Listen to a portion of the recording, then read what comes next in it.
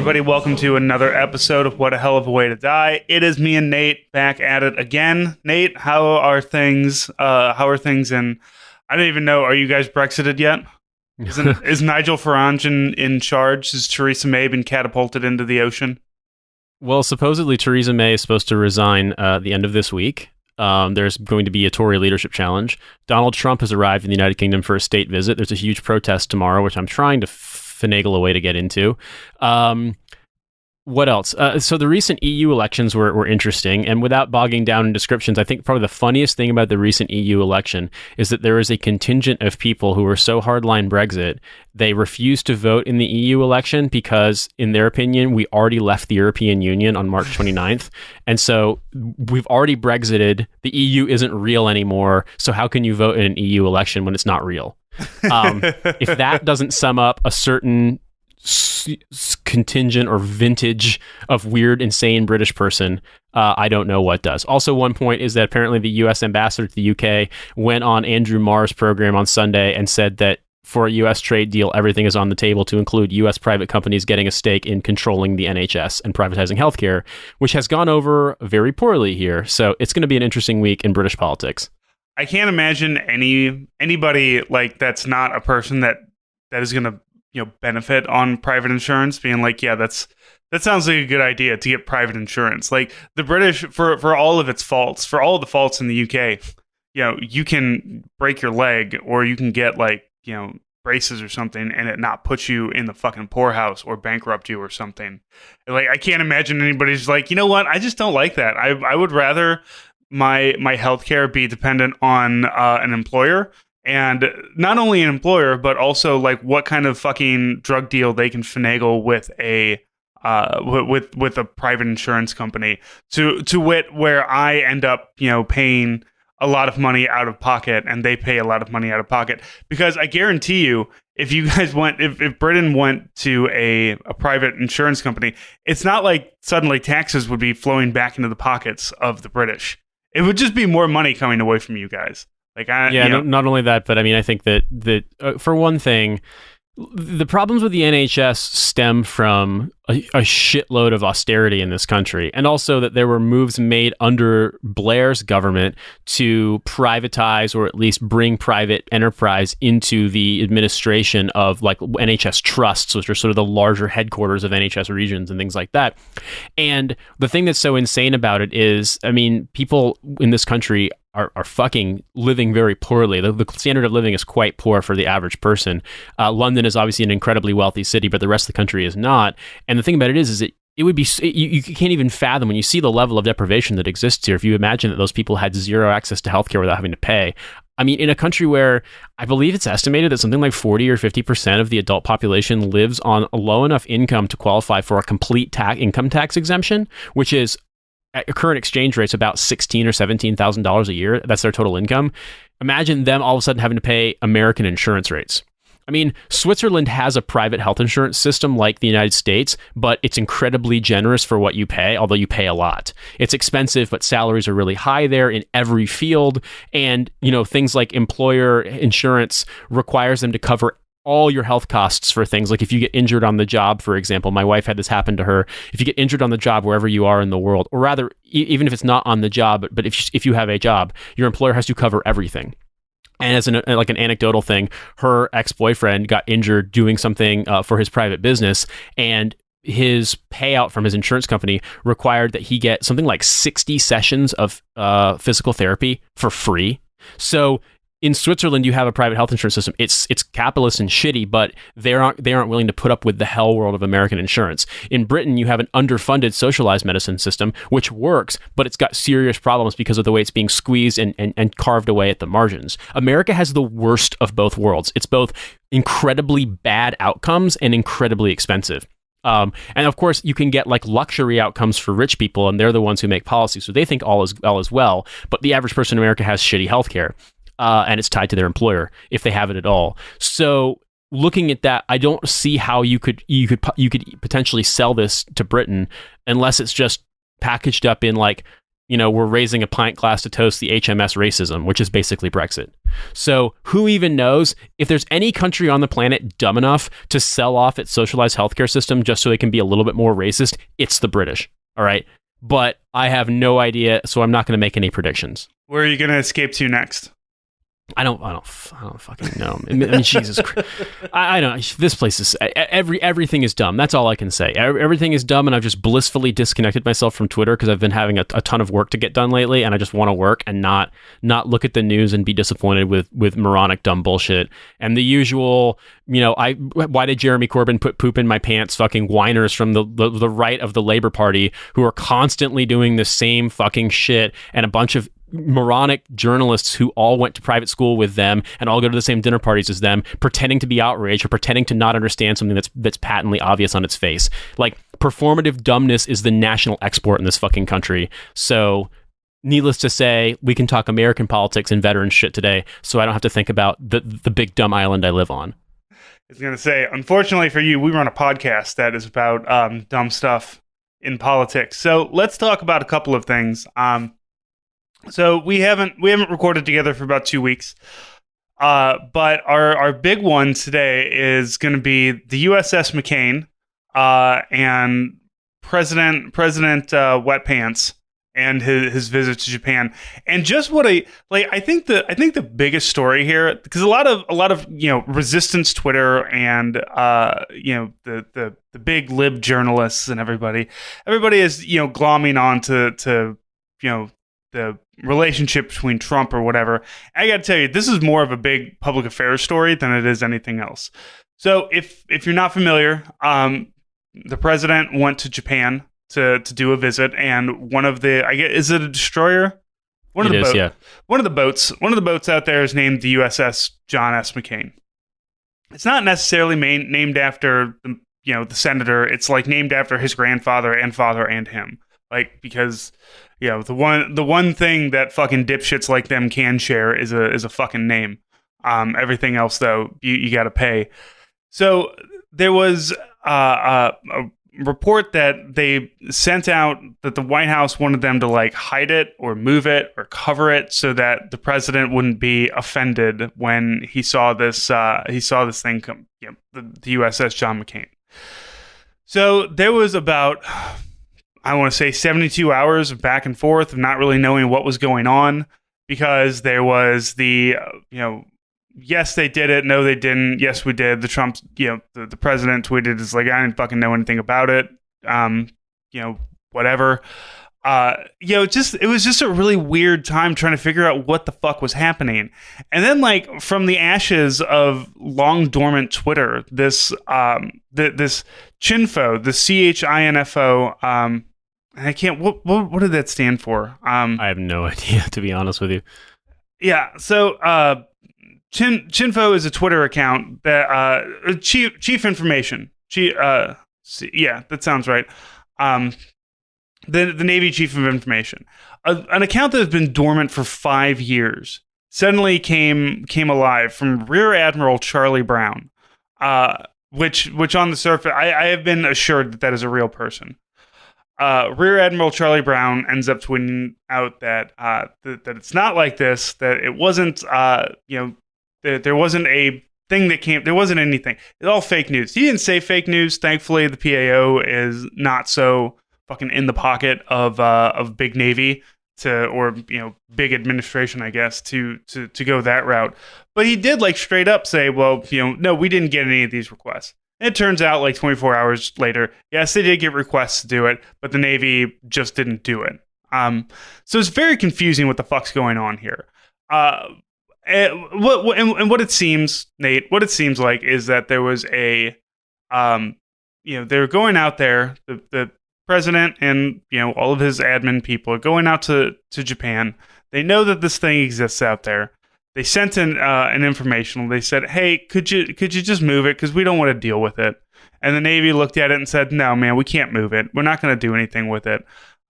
Maybe there's like that tarp that they put over it, but they also, the Navy said that like, no, that wasn't necessarily there to cover it. They were doing hull maintenance, which I guess, sure.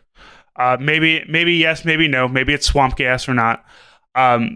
But in general, they said, yeah, we got the message. We looked at it to do it. We said, no, there's no way that we can really do it, so we just didn't do it, and then everything went off without a hitch. There's also reports that anybody that showed up with like USS John McCain hats were turned away. And I just gotta say, Nate, one, of course, this sounds like President Wet Baby. And it's not even him, though. Like, we're at a point now where people don't want to deal with his bullshit to a point where they're just like, is there just any... Like they have like a team of interns, like look up information about this place and just see if there's anything that's just going to make him tweet some stupid shit. And if there is, let's see if we can head it off at the pass. And somebody was like, well, there is a USS John McCain there. And like, famously, Trump and McCain did not like each other. Which doesn't matter because they both sucked and should have been catapulted into the sun for their policies. And what it ends up turning around to is not just having this the back and forth, but also getting public affairs involved. And I can't tell if public affairs was was lying or if they just were not told what the fuck was going on. And I 100% believe either one of those things could have happened. Well, I'll point something out recently Trump's got a state visit here in the United Kingdom, and he basically said that Meghan Markle, who married Prince Harry, he's like, oh, she's a really nasty woman because she said mean things about me because she had said that Donald Trump's a dumbass. Or she basically expressed in I believe more or less polite language that she was not a fan. Trump said he didn't say that, and then The Sun, which is a right-wing tabloid in the UK, hosted on its website audio recording of Trump saying it, and he's still denying it. Now, I bring this up because in the case of this thing with the boat with the John McCain, Trump is a huge liar. Everyone who works for him is a huge liar. They constantly lie, and when they are faced with evidence showing that they are lying, they just say, oh, no, that evidence isn't real, or somehow it's your fault that you're misunderstanding the very obvious thing in front of you. And so Mick Mulvaney, huge piece of shit, was at one point the person that Trump put on to ruin the Consumer Financial Protection Bureau. He's done some other shit as like a Trump lackey. He basically got on TV and said, oh, well, some aide for Trump saw the boat and wanted to move it, and they're like 23 years old. It's an honest mistake. They were just doing the best they could because they know Trump and McCain didn't get along. And that made me think, like, okay, what lick-spittle ass 23-year-old child of a Republican donor is going around yelling at the Navy because they named a boat after someone Trump doesn't like? Like, what Jack Posevich, Charlie Kirk ass little baby is doing that? And that to me makes me laugh because I don't care about John McCain. It warms me inside when Meghan McCain is mad about how people are disrespecting her dad, because at his core, her dad was a huge piece of shit who enabled all the things that led to Trump. Like he basically voted for everything Trump wanted to do, minus a few things here and there, but he is the embodiment of it all. There's a direct through line from McCain's politics to Trump. So fuck John McCain, I don't care. But I think the larger picture here is that Trump is fundamentally a pathological liar, and all the people who work for him understand now there are zero consequences for getting caught in a lie because that's how his administration works. And so you're watching this play out where they do dumb, unreasonable things, and then when it's called out, people just have to, they're trying to make the people calling them out question their own ability to see and hear, which you could make an argument there's some legit fascism in that, but even if you don't want to go that route, you have to admit it's kind of insane to see this happen, and to see it happen over things so petty as how dare they name the boat after the famous Navy man that I didn't like. Yeah, this and I have to say we are so broken as a fucking society that not only, number one, like you said, you can just basically do gaslighting without any anything else. Like I saw Fox and Friends doing Trump didn't call her nasty. It's like, it literally is in the video, like the audio recording. Like, it's not maybe not in the context that you think, but like, you can't say that he didn't say it because we know that he said it. But on the flip side of that, not only do we have Republicans and conservatives who are immediately, just defaulting to gaslighting and saying that never happened, I don't know what you're talking about, even when presented with evidence directly, because obviously nobody cares. the people who the people who love Trump are going to love Trump regardless. Like there is, I really wish that I could convey to people that like doing this hands on hip haughty, how dare you, sir, and also you're being hypocritical, doesn't fucking work. Like you are wasting your time. There is no like when people tell me that there's room for respectful disagreement with conservatives, there's not anymore. I'm sorry. Like 90-something% of conservatives like Trump and agree with Trump and support him. So there is not and even the ones who don't, like maybe there's some that are few and far between. I'm not going to say that I'm not going to paint in every conservative painting here, but I will say that fucking never Trumpers like Bill Kristol can also be catapulted into the fucking sun. But we also have this like flip side where as soon as something like this happens, you will watch like the liberals, like the centrist liberals, just immediately go hard in paint for John McCain. Especially people like who John McCain's policies specifically hurt these people. Like the things that John McCain supports, the things that he voted for, things that he did would specifically hurt these people because they are minorities or because they're, they have sexual orientations or they're transgender, and, immediately like turn around and be like, we fucking love our John McCain. Let's all go wear John McCain hats. And I see this from you see it from the people who you expect to see it from, but then you see it from like I said, people who just like, this man like literally voted for things that would hurt you. Why would you fucking do this? Like where, like I said, we have gotten to a point now where like there are two immediate camps whenever anything happens with the president. There's he did nothing wrong and I support our president and he can, there's nothing that he could ever do that's wrong for me. And then you've got the people who immediately have like a visceral anti-reaction to support whatever it is.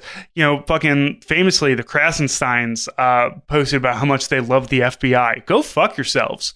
Like, yeah. Thankfully, they have been proverbially catapulted into their sun because their Twitter accounts have been suspended. We'll see if they end up hooking up with Jacob Wohl. I know that there's a feelers out there from Jacob's team to see if having their First Amendment rights taken away from them for being too lib. We'll see how that goes. I can't wait for the Krasensteins and Jacob Wohl to all go to jail for some reason.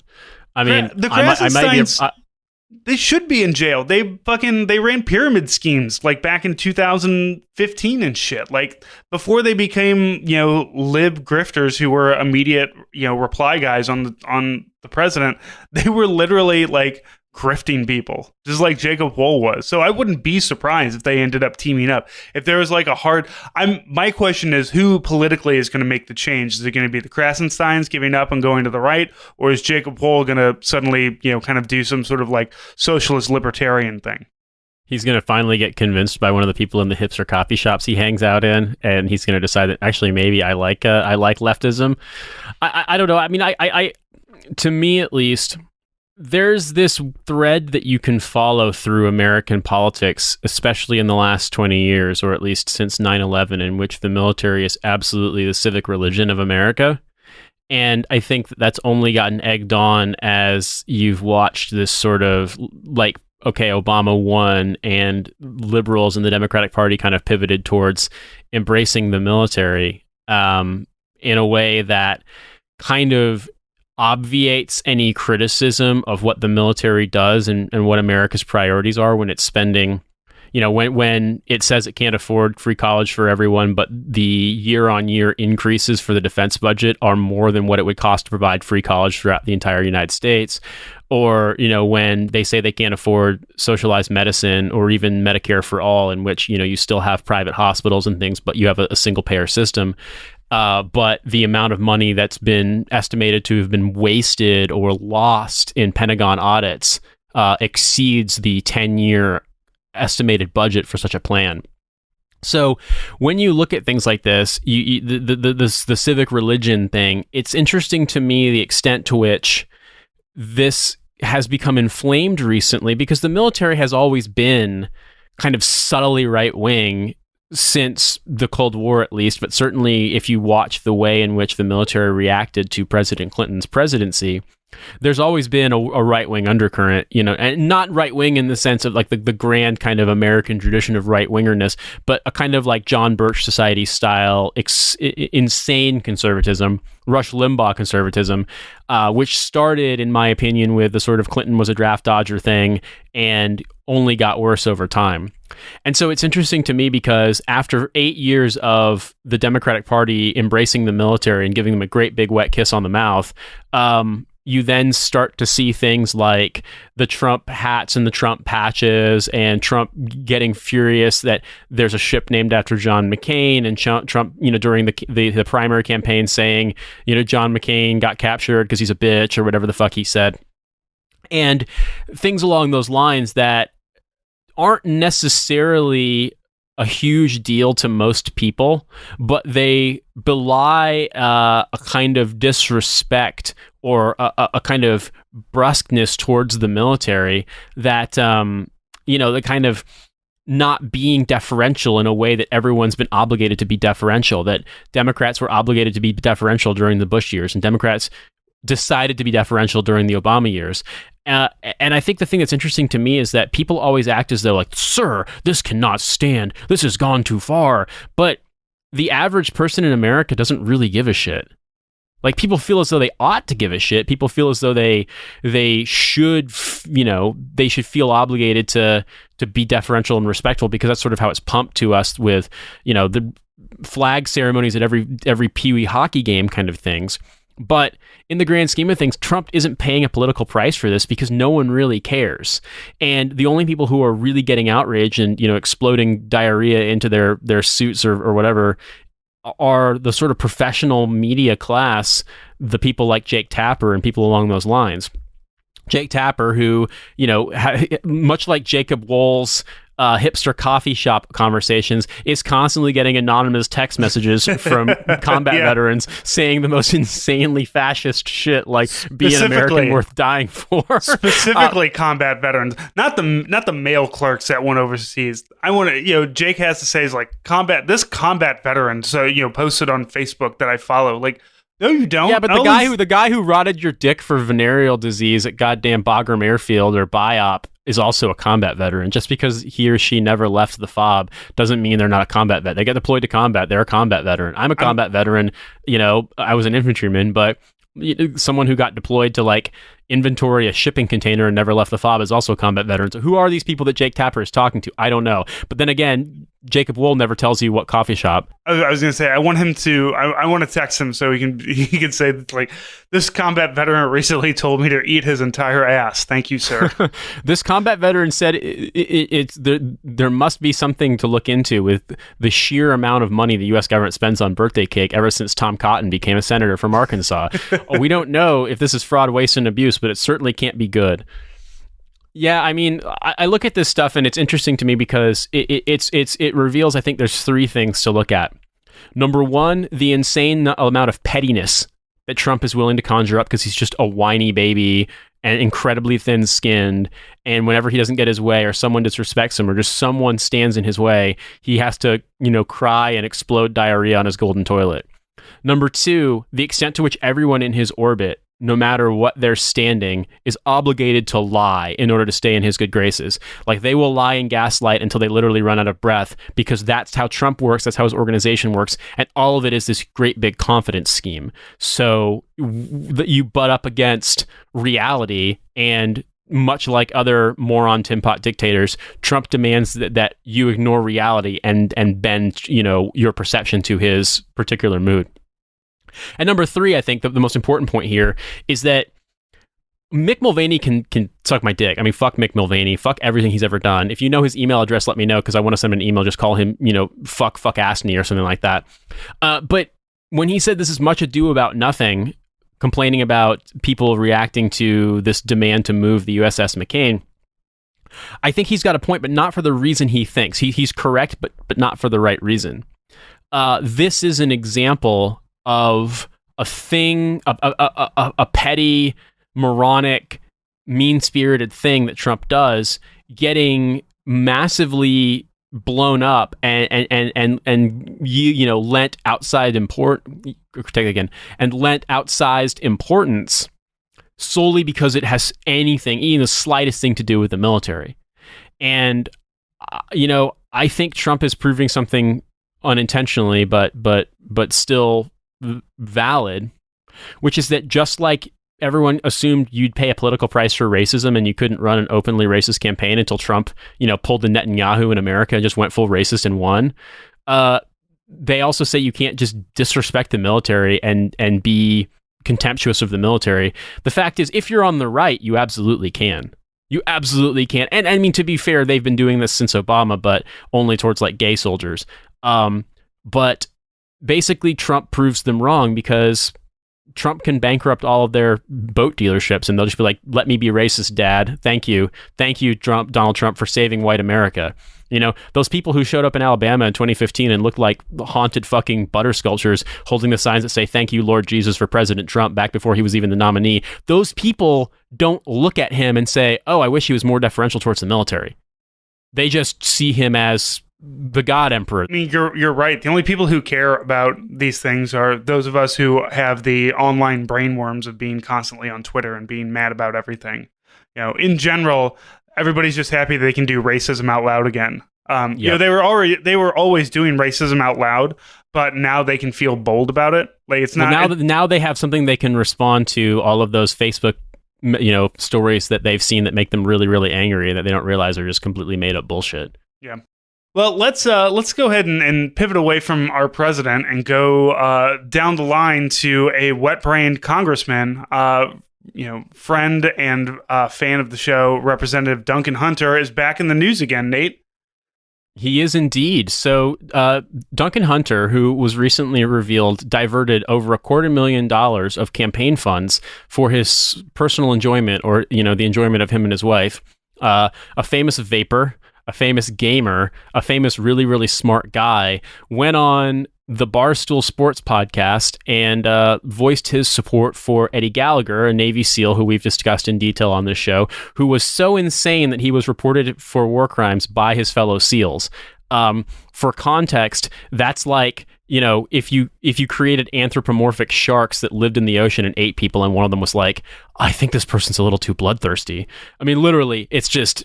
the idea of the SEALs being like, this guy does too many war crimes is so unthinkable that it you know, the idea that then it gets turned around in the story about how the libs are persecuting the military, laughable, risible, whatever you want to call it. Yeah, Nate, imagine if you will, you know, being like, my team member is so fucked in the head, I have to fuck with the sights on his rifle because he keeps murdering people.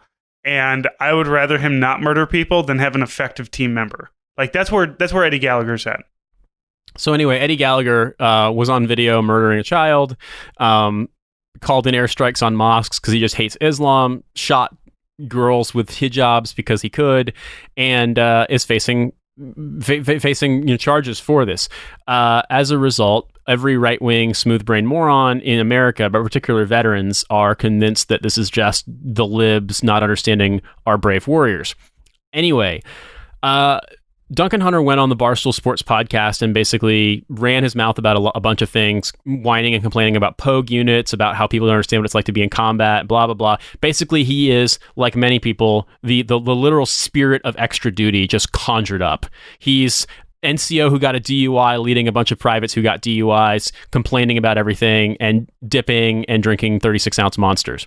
But particularly one of the comments he offhandedly made referred to when he was, as I understand it, was an artillery officer, and he was in a unit that was supporting the invasion of the recapture of Fallujah in 2004. Which, for those of you who may not remember, Fallujah was one of the first cities in Iraq to fall to insurgent control in the immediate aftermath of the war. So we invaded in 2003. By December of 2003, bad things were happening across the country. I mean, literally by the summer of 2003, but certainly by the beginning of 2004, things had started to get really bad. And Al-Qaeda in Iraq, which later on became, you could say, this was formed into ISIS in a lot of ways. Al-Qaeda in Iraq took over Fallujah, and there was no Iraqi coalition government presence in Fallujah.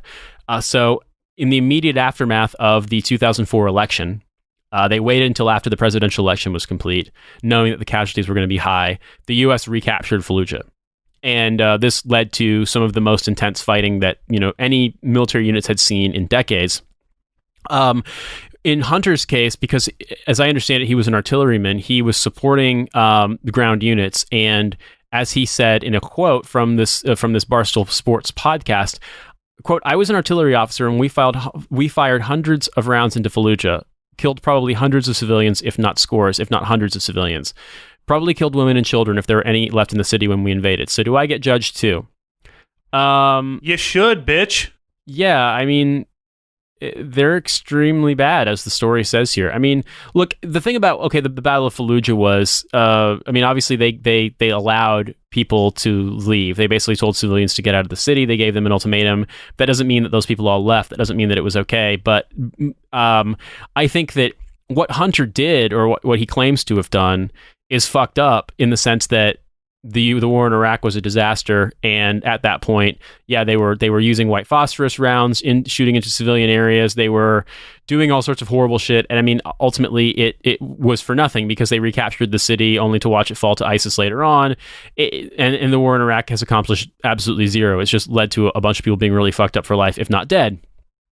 But also, I think it's really dumb of him to say this because, on one hand, it's sort of illustrative. It calls to mind, okay, well, all of us participate in violence in some capacity when we join the military and when we deploy. Are we all guilty? Are we all culpable? I mean, I'd make the argument that you're culpable to some degree. We're all culpable. We all participated in something that was oppressive. But I do think that there's absolutely a difference of calling in a fire mission during a huge invasion of a city versus intentionally stabbing a child while he's being tended to by medics. And if Hunter can't see that, it's because he's a fucking moron, which we know. But the idea for him to be like, well, should you be judged? Yes. And whether or not the author of this piece sees this and sees parody, like, that's fine, whatever. I don't care. The point being, I think that even if you're not anti-war in the sense of you're not a pacifist, but it's very difficult to look at what Hunter is describing and say, okay, those things are the same. But then if you are forced to compare the two, if someone is moronic, as Hunter says, oh, what are we, all war criminals? Well, I mean, just because you've diffused the responsibility doesn't necessarily mean the consequences weren't the same. You fired artillery rounds in a war of oppression. It's bad. Is that the same as intentionally murdering a neutralized detainee who's being treated by a medic? No, it's not. It's really not. And I think anyone who knows anything can look at that, even if they're not a veteran. But should there be a moral culpability assigned to all the people who participated in the war in Iraq and the war in Afghanistan? Yeah, probably. And I mean, I'm not afraid to say that. Whereas Whiskey Bacon Epic Ice Cream Natsec Twitter might be offended by that. I don't think there's anything wrong in having that discussion. But I mean, I think Hunter is making a stupid comparison because he's a moron, and specifically he's making that comparison to support an argument that says no one should be tried for war crimes. Yeah, that moral culpability is, half of the reason for this fucking podcast. I'm not trying to say that we should put Duncan Hunter up at The Hague. I've always said that there's when you get past the war, you have to have that kind of come to Jesus moment with yourself, where you have to do what. How do I feel about my role in this? How do I feel about what I did, and the things that I've done, and like haphazardly and so offhandedly, just being like, yeah, I probably killed civilians, and not having any kind of like, maybe that was probably bad. Should I be held responsible, and like not continuing on with that line of discussion and questioning is one. It shows that Duncan Hunter is just a fucking ghoul, like 100% a complete ghoul. There's no there's nothing about this man that, because he doesn't think he's done anything wrong. Like, he doesn't think that killing civilians is wrong in the middle of a war, especially when it's just like firing rounds, like, doing firing missions into a populated city. It's like, well, I mean, those were my orders, so that's what I did. So that's how it worked. And then we won. Like we won this pile of broken rubble and broken bodies. Hooray for America! How and then great. We abandoned it again. And go figure, the same people went right back. Right. Right. Yeah. There's nothing about like, was it worth it? Were the people that I killed, like, even if you could be at least be like, well, I mean, sure, maybe people died, but like we won the day and we liberated this, and they're a happy, wonderful, prospering country now. Yeah. You know, maybe you could have that. That conversation, but that didn't happen. Like, it immediately, like you said, fell again, and then we left, and then Iraq had to go like street to street, house to house, in like Mosul to eradicate ISIS. Like, they eventually had to kick out a fighting force that we basically created. Like, you know, we can get further into that on a different podcast, but you know. The idea that Hunter just has no moral, like, you know, what about the, like, and also that nobody followed up with that. Nobody was just like, well, let's have that conversation. You know, like, I am upset, Duncan, that you didn't come onto our show. Even though we offered you Steam gift cards, you know, up to $50 now, I will give you a Steam gift card. I will, however, fucking drag you from wall to wall about all the bullshit that you've done. Because, like, I can't imagine a military podcast ever going into the office of a person like Duncan Hunter, who, like, even before all of this, even before he started talking about, you know, champion Eddie Gallagher, we know that he specifically defrauded military veteran organizations. We know he did this. That, like, you know, during the fucking affidavit of like the 60 charges that he's going to have brought up against him in like September, one of them was like, oh, I really want these golf pants, but I don't have any money because we've overdrawn our accounts 7 times this week already. And his wife's like, just use the other funds and say that it's golf balls for wounded warriors. And he fucking did it. Like, I didn't know that you'd gotten that into the details. That's amazing. Can you fucking imagine? Can you imagine anybody who's not already like a 100%, you know, tried and true fashy fucking military podcast? You know, like if Nine Line ever had a podcast, like okay, yeah, you guys get Duncan Hunter on and fucking jack each other off about killing brown people.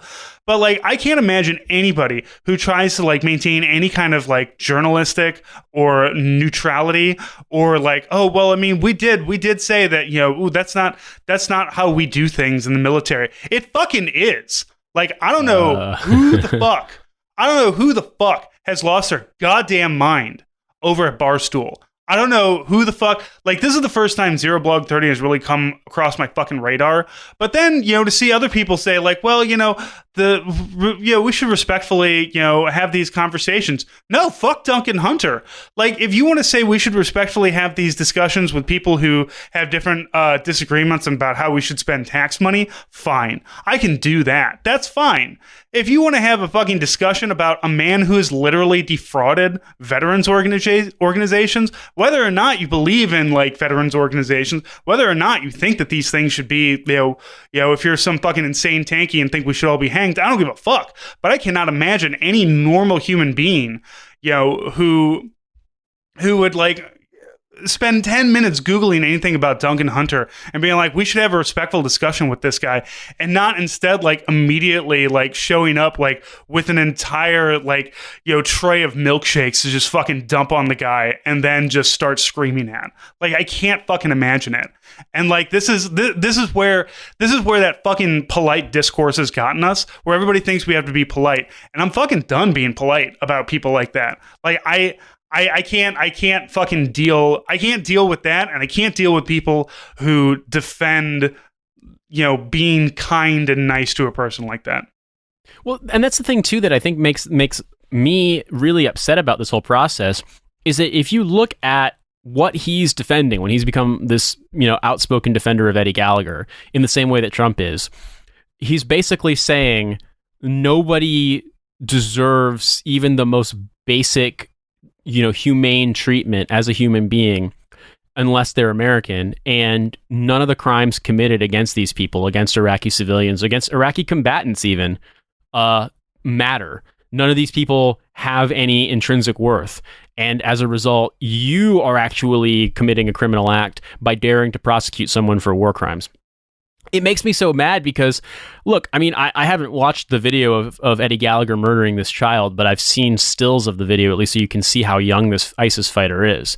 And while they're not 100% sure, the estimated age was something between 13 and 17 and probably close to about 15 years old is what they were saying. So here is a young kid who has been recruited to fight in a war. He's fighting against Americans in Syria or in Iraq. He gets severely wounded. He's been neutralized. A Navy SEAL medic is treating him to save his life. Whether or not they're going to put him in prison afterwards, who knows? But as a medic, his job is to save this kid's life so that he's able to, he doesn't die on the battlefield. Eddie Gallagher is not only a sniper, he's also cross-trained as a medic. One of the reasons why he was a really popular guy to have on SEAL missions was because he was both able to handle a sniper rifle and also able to treat casualties. He knows what a medic's job is. He knows what his responsibilities are as a medical professional. He chooses to murder this child while he's being treated for his injuries so he can take a re-enlistment photo.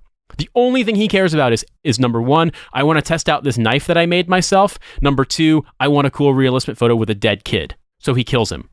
So knowing those facts, those aren't in dispute. There's a fucking video of it. Why on earth would you defend this guy? Why? I mean, you can argue, okay, maybe the prosecution has done some things that aren't fit, that haven't shared evidence correctly. Maybe there are some questionable things here, but the actual facts of the case aren't in dispute. He murdered a kid. He killed a kid who was no threat to him, a minor, a child who was a child soldier on the battlefield who was getting treatment, who was in no position to harm them further because he wanted to do something cool for himself, for his own fucking weird jollies. So knowing that, how do you turn around and be like, well, I just want to defend this guy because I want to defend our heroes? It's like, man, listen to me. Number one, in the abstract moral argument, fuck you. In the abstract moral argument, there's zero way you can look at that and say, oh, this guy deserves some kind of weird blanket amnesty because he risked his life to deploy downrange. So did I, bitch. So did I. So did you, Francis. So did everyone. So did the soldiers of mine who were later kicked out of the military for drugs because they were self-medicating for PTSD. All right. So did I had a friend who deployed to Iraq and soldiers from his unit got wounded and he required a huge amount of blood transfusion. Now this is apocryphal, but he required a blood transfusion because this is Iraq during the worst part of the war. And they didn't have enough blood units on hand to treat this soldier. So 2 soldiers from his platoon volunteered because they had the same blood type. And the medic did a quick blood test, made sure that they were able, and just started pulling blood from them to give to this soldier while they were trying to, I think they were like a stage 2 facility, but I'm not sure. Like I said, it's apocryphal. I don't know. Those 2 soldiers, one of them passed out from blood loss. The next one was just like, keep fucking hooking me up. Do more. And to get the soldier stabilized. Both those soldiers, according to my friend who was their platoon leader, were later chapped out of the army for drugs because they had actually had problems before they had deployed, but the unit was like, well, we'll just take them down range because we need bodies, and then we'll kick them out afterwards. So those soldiers are combat veterans. Those soldiers acted in a way that that was ostensibly heroic. They are now without benefits because we kick people out of the military for disciplinary reasons, and we deny them veteran benefits. So every single person who's deployed, whether they were kicked out for whatever, whether they had the most dishonorable service possible, they also risked their lives. So that cannot be your defense. But even more so, I'm going to say, moral argument aside, just practical fucking the most mercenary self-interest.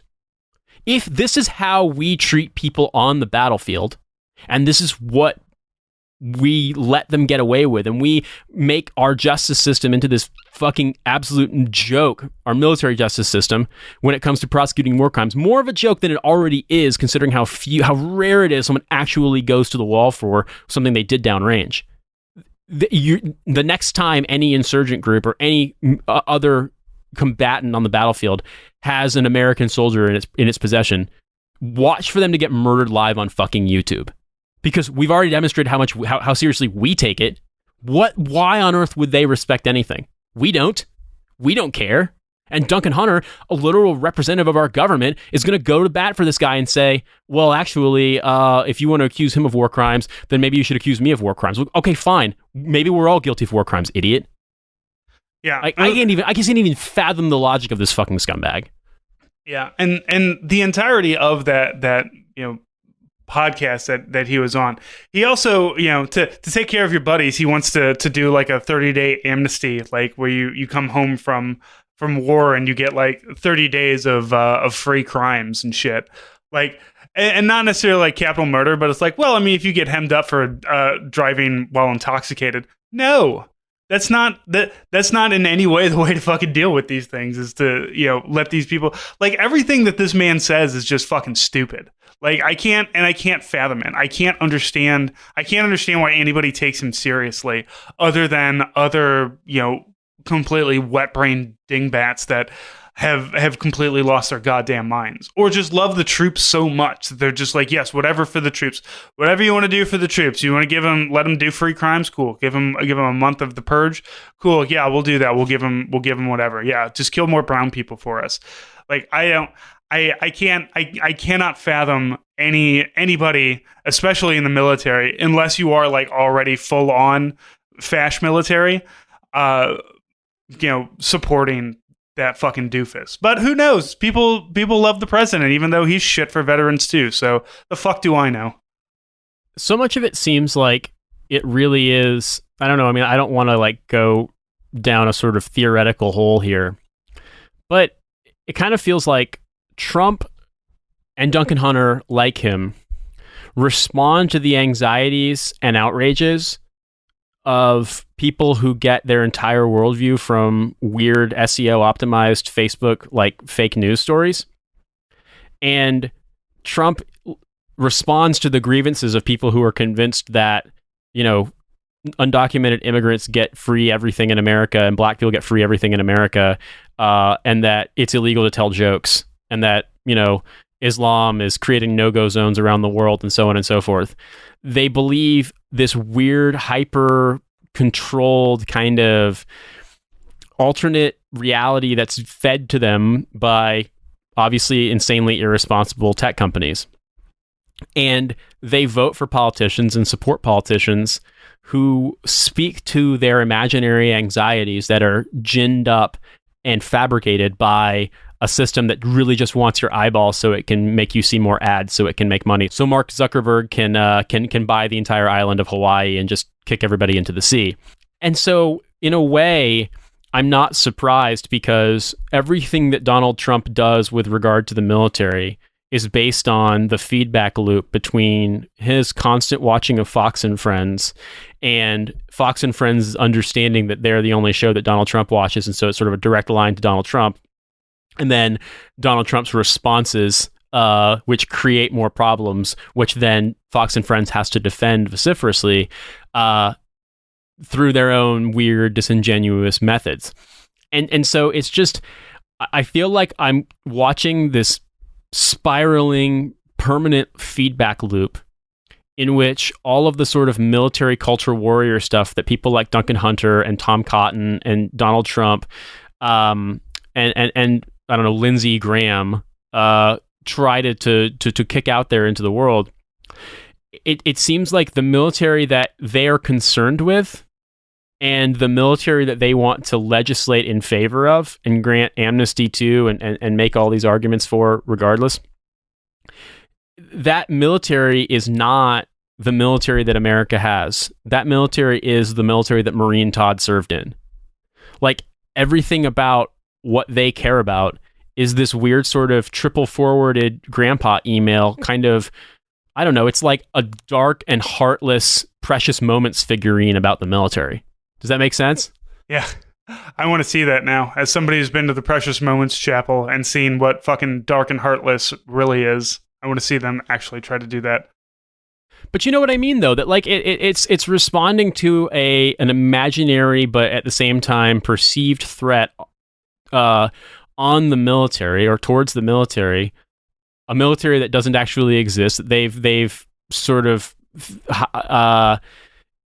dreamed up as this Christian Republican, land of the just and fair that's always under assault by the most venal and cruel and heartless, shameless, lib Marxist professors.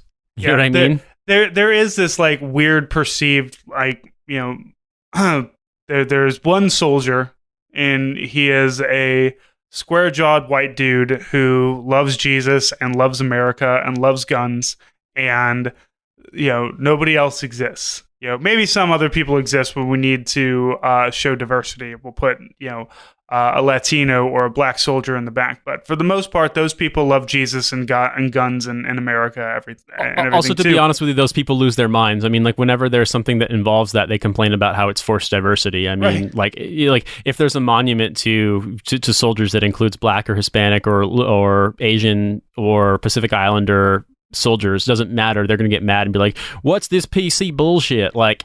Or actually, rather, that's unfair to Southerners. I feel like I'm picking on Southerners too much because really, in the grand scheme of things, I should be talking with like a fucking Boston accent. Like I should be talking like Mark Wahlberg because statistically speaking, the people who are the most likely to get angry and racist about this are from the Northeast. But when I look at this stuff... Sorry, Shocks. Yeah.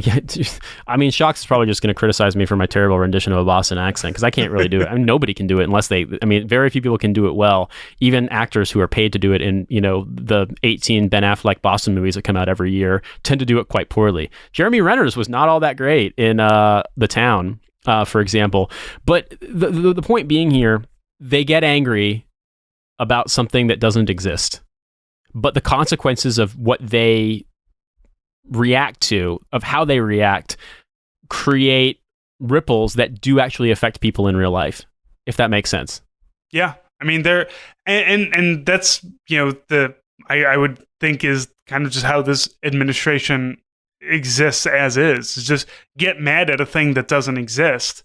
And then once you're mad enough, a bunch of things change to protect that thing, but it still doesn't fucking exist. Like, yeah. Also you, yes, like get mad at something that doesn't exist, flail wildly, also pass a law towards the getting mad at things that don't exist act that, bans abortion and cuts taxes to zero. Right. Or getting mad at like, racist statues being taken down. Like just being mad about things that like, when you do 5-10 minutes of research, like, oh, okay, these were put up in, for racist reasons, not for historical reasons. Like, no, we're just going to go ahead and, scream and flail and make a bunch of legislation. We're going to get petitions. We're going to do these things. We're going to have rallies around these things. And it's like, they don't matter. Like, these aren't real things to be concerned about. Our fucking world is burning. But you know what? Fine. Yeah, sure. Go yell about the statue. I also want to, yeah, I was going to make the joke that it's like the ensconcing racist statues and invading Venezuela Act of 2019. but the thing that I want to say is that, for a lot of listeners out there who might be somewhat surprised at our rhetoric, I think there's something that does bear mention, which is the reason why I want to say that what Duncan Hunter may have done if he, was an artillery officer that was shelling Fallujah and potentially killing civilians if those civilians hadn't been able to evacuate.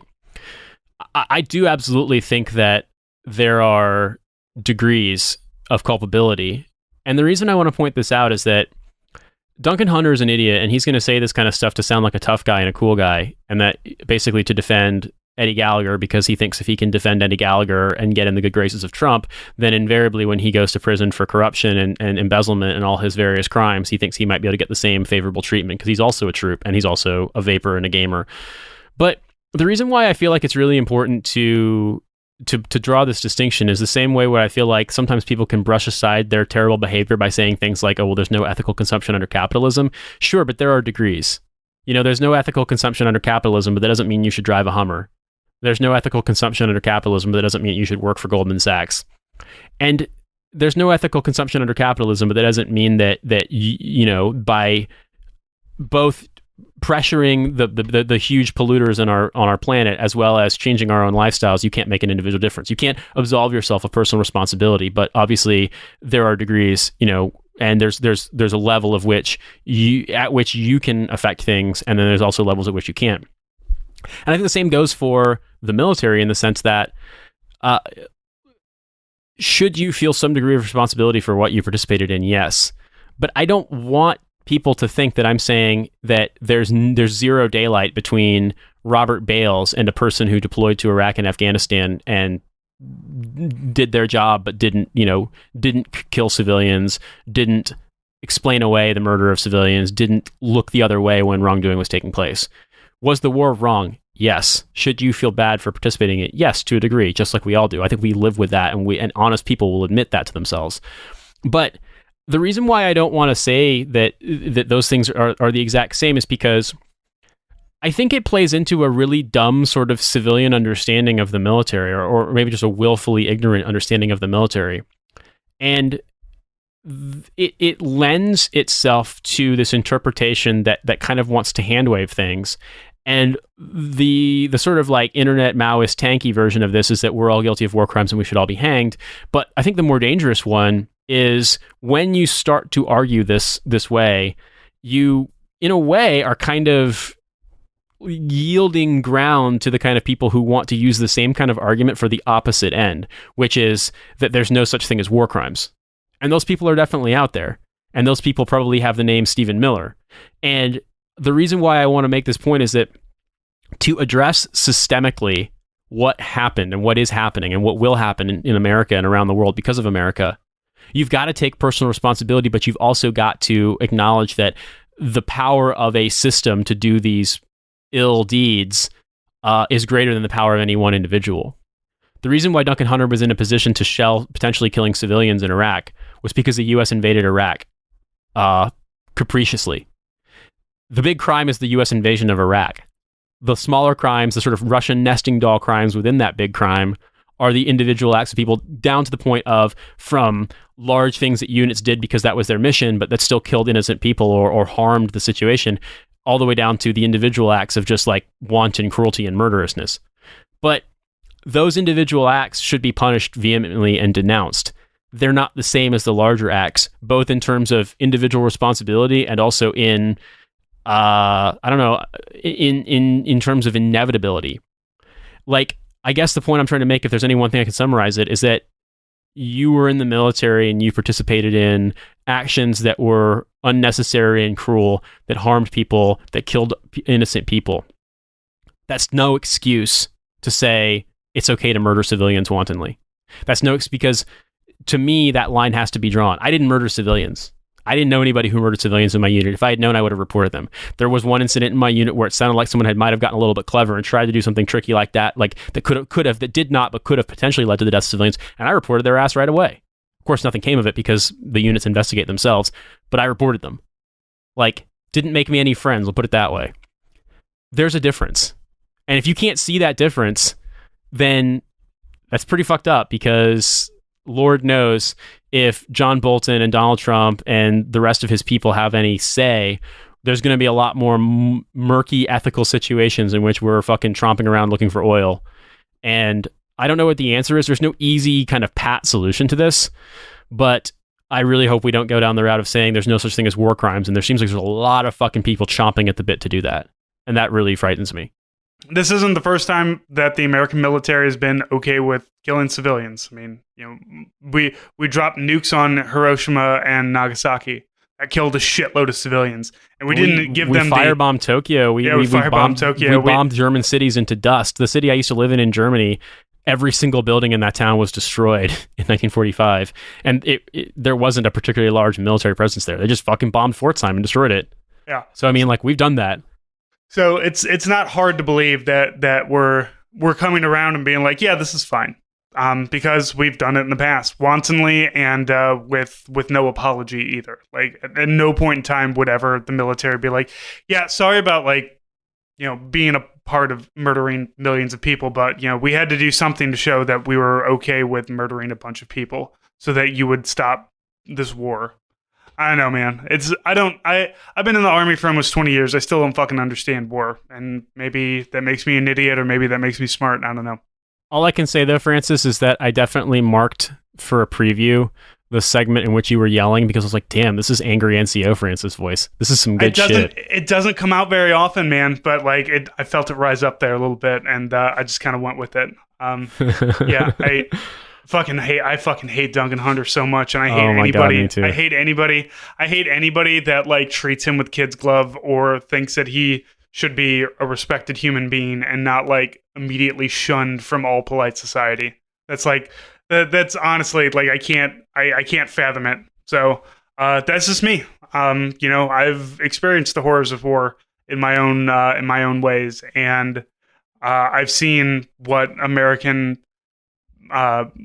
weapons and might can do to a human body. So fuck them. Fuck Duncan Hunter and fuck anybody who goes to paint for him, and fuck anybody who treats him with kids' gloves, and just fuck all of that. Yeah. So if you want more of this, of being angry online, you can follow me at Army Strang. You can follow Nate at In These Deserts. You can follow the podcast at Hell of a Way. I have been lacking on my my weekly lives because I am moving. So every square inch of time, square molecule of time that I have is taken to packing up this giant fucking house, getting rid of things, cleaning it, and getting ready to put it on the market so some other dumb bastard can buy a giant house and deal with it.